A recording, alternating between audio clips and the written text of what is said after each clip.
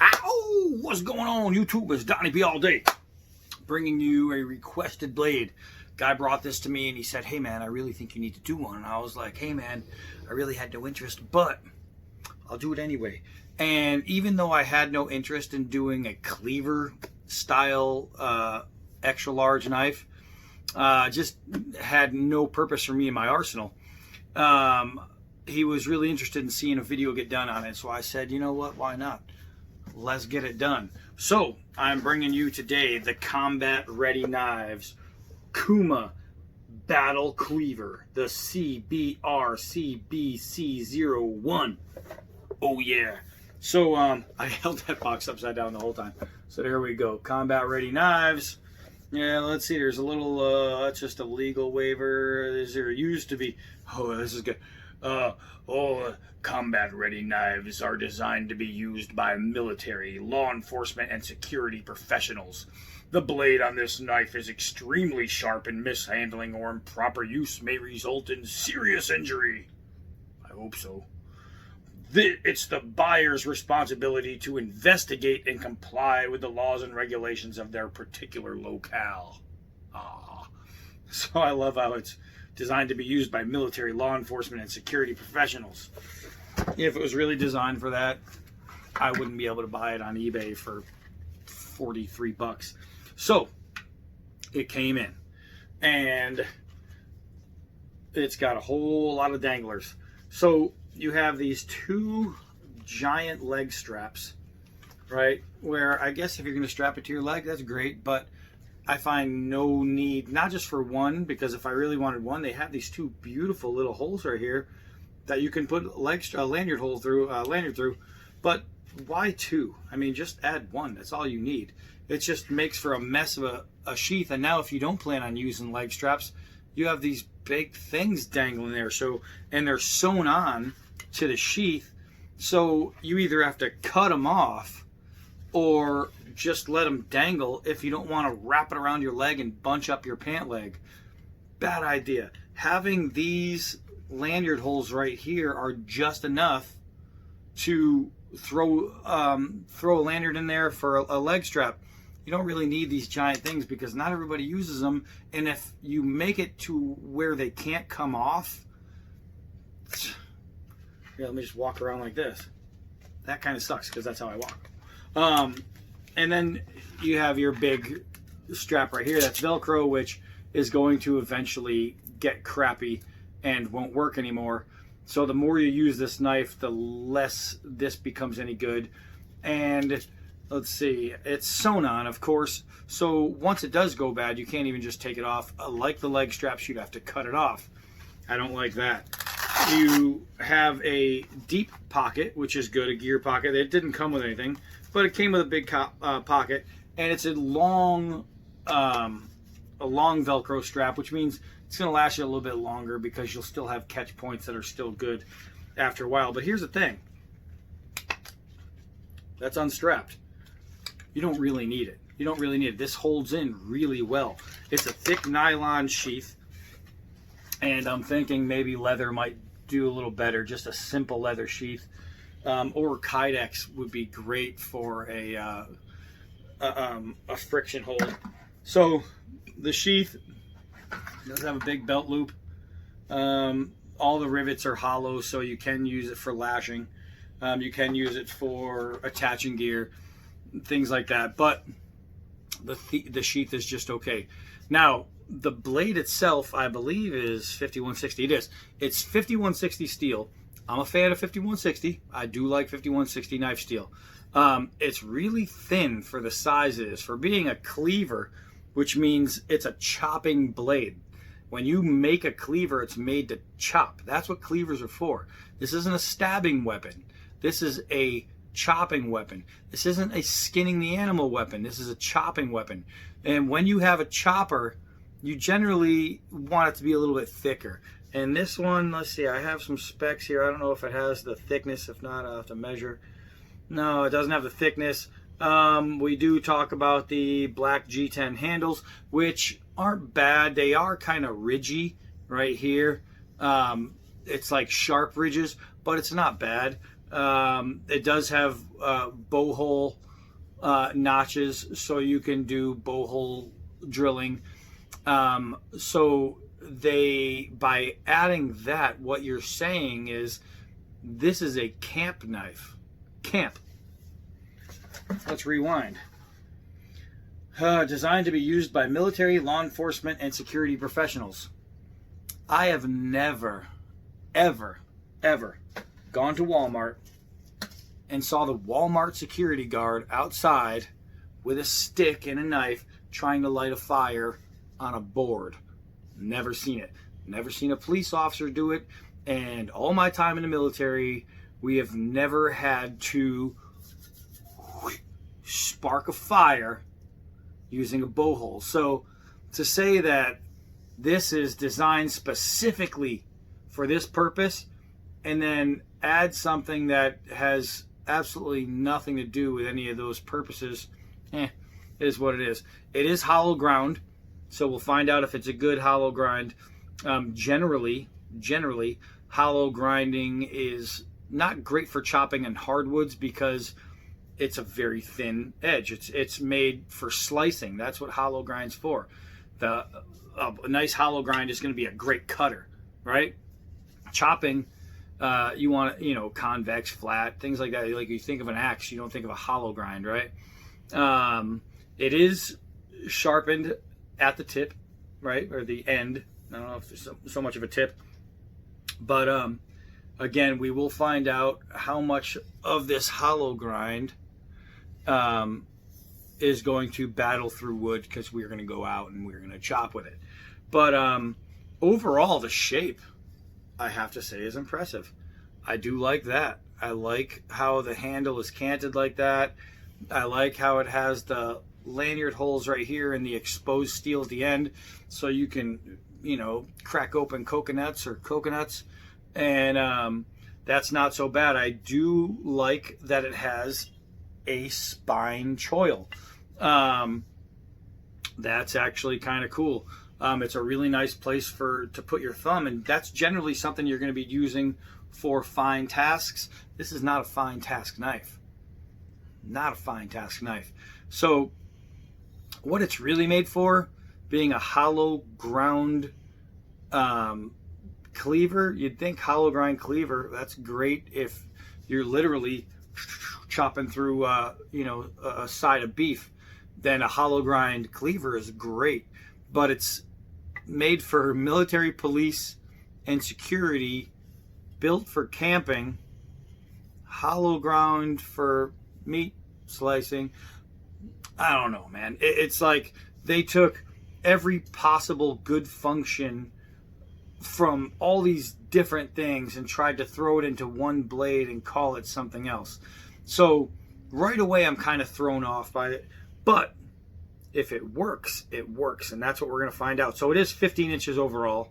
The 5160 steel blade is 9¼ inches. It is true full tang. Let me see. We found out who designed this. Wei Sun Johnny Sai Design. So Wei Sun Johnny Sai, TSAI. That's who designed this. So I can tell you right away that Mr. Sai has a great eye for aesthetics, but he cannot design a knife for function because he put in all the wrong functions for the kind of knife it's supposed to be. But that doesn't mean it doesn't work. Doesn't mean it doesn't work. So we're going to go out right now and let's see how much time. I have a little bit of time. So let's go swing this thing. Come on. Whew, I gotta say the wind has picked up out here, boys and girls. All right, so let's see. We can put you guys right here. Move this tree down here. I was thinking about doing a water bottle chop, but it's a hollow grind cleaver, right? It's a sharp hollow grind, so it wouldn't have been a contest for a water bottle. It would have been straight through, too easy. It wouldn't have shown off the knife any. So let's try and debranch some of this guy right here. And it's working, I mean, easily it's working. So, do I think it could have easily gone through a water bottle? Yeah, without a doubt. Without a doubt. And just taking and hacking away at those little twigs is just a good way to tell if it's going to be able to do something like that. I'll grab this stick. We're going to use this. We're going to use it. All right, so it's cold out here. Glad I didn't wear a jacket and I'm wearing shorts. All right, make sure this is in. Okay, good.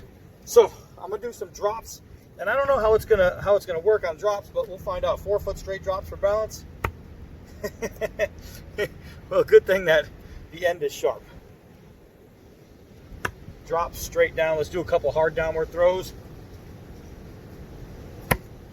There we go. There we go. All right, so having the end, it's in there too. Luckily, the wood is wet, so you can see the line, how deep it went. That's over 1 inch deep. Let's do that one more time. Make sure these scales aren't going to loosen up. Uh-oh. Holy moly. All right, so I don't even know if you guys can see what just happened, but this right here is a huge cut out of that. That's what just happened. That sound was the wood breaking. That was pretty crazy. So I have to say that for a flattened knife, it stabs in extremely well. Extremely well. All right, let's try this. I had no doubts in my mind that the old push cut on the nylon rope was going to be effective because it's a hollow grind and it's sharp. All right, let's see the old, falling down. Let's see the old kitchen test. Oh, man. Oh, man. It's so good that the edge is so good. I'm trying to like just hit it soft, because every time you hit down, it sticks in. There's nothing I'm trying to slow down the swing to keep that from happening, but it's just it's a really well done it's a really well done hollow grind, made to slice. I mean, it is made to slice, and it definitely does a good job at that.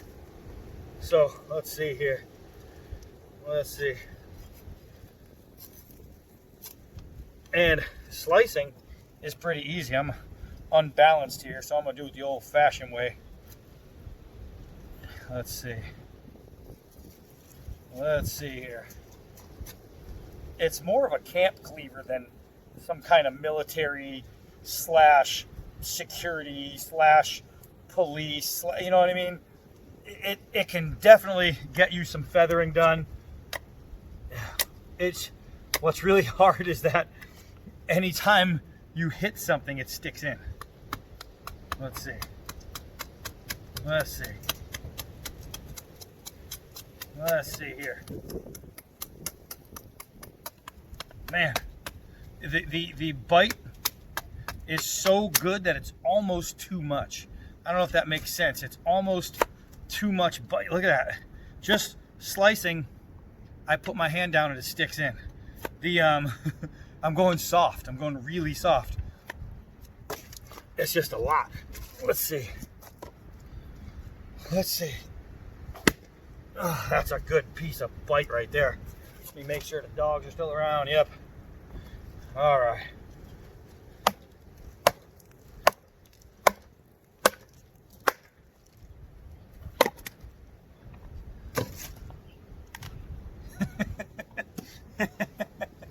How many times you ever see batoning like that?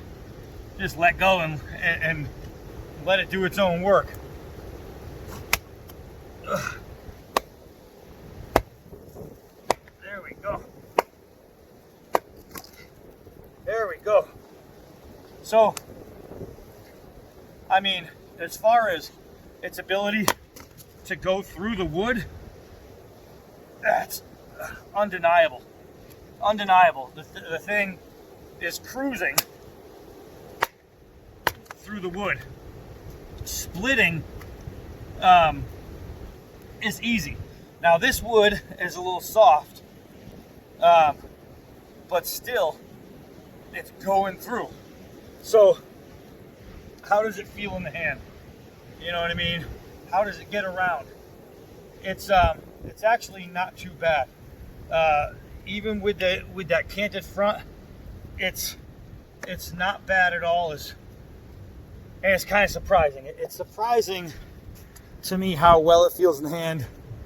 It's not surprising how well it cuts because it's a sharp hollow grind. What surprised me is how easy it was to bury into the woods. I'm talking too simple. It's just not supposed to be that easy. It's cold. So let's get some chopping done. Let's get some chop. Right here. Just me, just you. Let me see. I'm trying to get you guys all settled up. I'm cold, so I'm trying to rush. All right. Here we go. We can see that. Let's knock some of this away. There we go. So, as a chopper, generally, like the best chopping hollow grind I found to be was probably the Buck 124 or the not the Little Ricky. What's the big brother of the Little Ricky? That straight Leroy. That was a killer chopping blade for a hollow grind. Even that G4 is a killer chopper for a hollow grind. And I have to say, this thing might just be a much better chopper with a hollow grind. And as long as the 5160 holds up, which if it's heat treated properly, it will, this thing could be devastating. Let's see if there's any warping. Oh, it feels pretty good. Feels pretty good. There's nothing in there. Let's do some chops at the end. Some chisel type chops.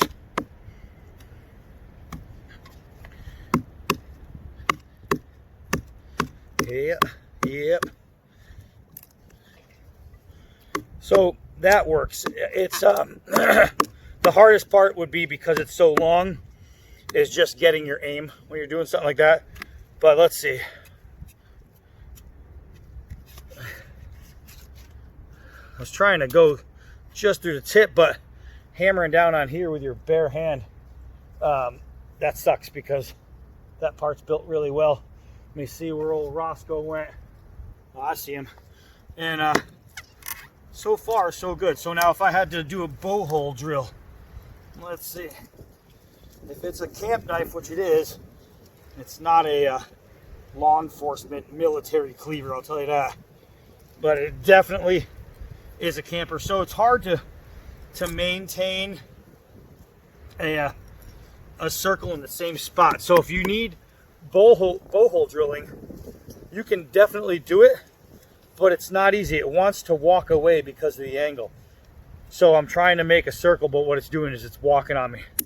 So that's not all that great as far as that, but it makes for a good camp chopper. Not a great all-around camp knife, but without a doubt a good camp chopper. Now that target is very small. I don't know if it's in the, yeah, it's over there. Let me see if I can back up. Let's see if we can hit this.